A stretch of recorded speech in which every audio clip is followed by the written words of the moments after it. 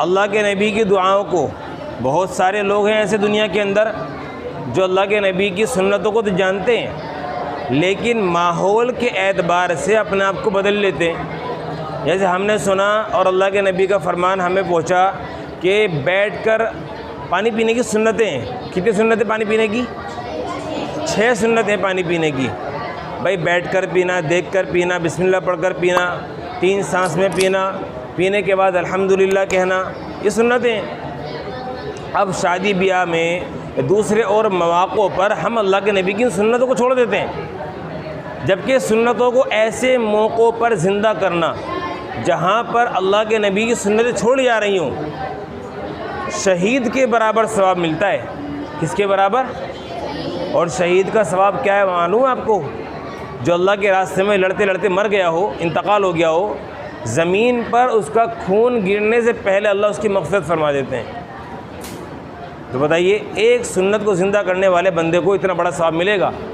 تو اس لیے آپ کو جو یہ سنتیں سکھائی جا رہی ہیں، بتائی جا رہی ہیں، یہ صرف اپنے اندر ایبزورب کرنے کے لیے نہیں ہے کہ ہمیں آتی ہیں، ہمیں فلاں سنت بھی معلوم ہے، ہم نے تو کمپٹیشن جیت رکھے ہیں۔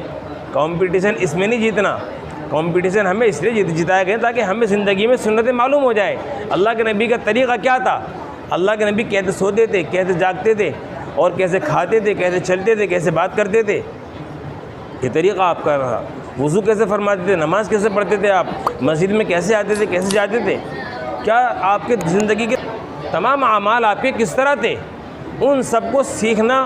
یہ آپ کو ابھی اس لیے ایوارڈ دلوائے جاتے ہیں، اس لیے پروگرام کرائے جاتے ہیں تاکہ آپ شوق سے سیکھیں اور پھر ان پر آہستہ آہستہ عمل کریں، ہے نہیں؟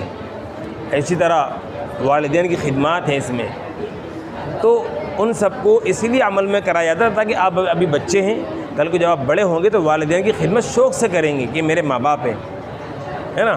سنتوں کی پابندی ابھی اس لیے کرائی جا رہی تاکہ آپ بڑے ہو کر ان کو اپنا ایک عمل بنا لیں۔ ایک بزرگ تھے، وہ بیمار ہو گئے، بزرگ جو ہے کیا ہو گئے؟ بیمار ہو گئے۔ ان کے پیروں میں سوکس تھے، کیا تھے؟ اب انہوں نے وضو کرنے کے لیے اپنے سوکس کو اتروانے کے لیے ایک خادم کو بلوایا، یا خادم وہیں پر تھا، تو اشارے سے کہا کہ میرے سوکس اتارو، سوکس میرے اتارو۔ اب خادم نے کیا کرا کہ سوکس اتارنے لگا، انہوں نے پیر کھینچ لیا، پھر کہا میرے سوکس اتارو، پھر اشارے سے کہا، کیونکہ اس ٹائم ان کا آخری وقت چل رہا تھا، لیکن آخری وقت میں بھی دیکھو ان کا عمل، کہا کہ سوکس اتارو، پھر پیر کھینچ لیا، اتارنے لگے وہ۔ اب وہ 2-3 بار ایسی عمل ہوا، تیسری مرتبہ میں وہ ان کے بیٹے کے پاس گئے اور کہا کہ حضرت جو ہیں مجھ سے سوکس اتروانے کے لیے بول رہے ہیں، لیکن جب میں اتارنے جاتا ہوں تو پیر کھینچ لیتے ہیں، پتہ نہیں کیا ہو رہا ہے، اور اس وقت ان کی حالت بھی ٹھیک نہیں ہے، تو ذرا آپ چلیں۔ کہنے لگے آپ سوکس اتار رہے ہو کہ ہاں، کہ کون سے پیر کا اتار رہے ہو، کون سے پیر کا اتار رہے ہو؟ کہا کہ سیدھے پیر کا اتار رہا ہوں، کہ یہی تو غلطی کر رہے ہو۔ ابا جان اس وقت میں بھی سنت کو زندہ کر رہے ہیں، حالانکہ حالت اس ٹائم یہ ٹائٹ ہے، تکلیف میں ہیں، سمجھے نہیں، بیماری کے عالم میں ہے، لیکن اللہ کے نبی کی سنت کے خلاف تم جو ہے ان کے موزے اتار رہے ہو، وہ اس لیے ان کو پیروں کو کھینچ رہے ہیں۔ آپ جا کے پہلے الٹے پیر کا موزہ اتارو۔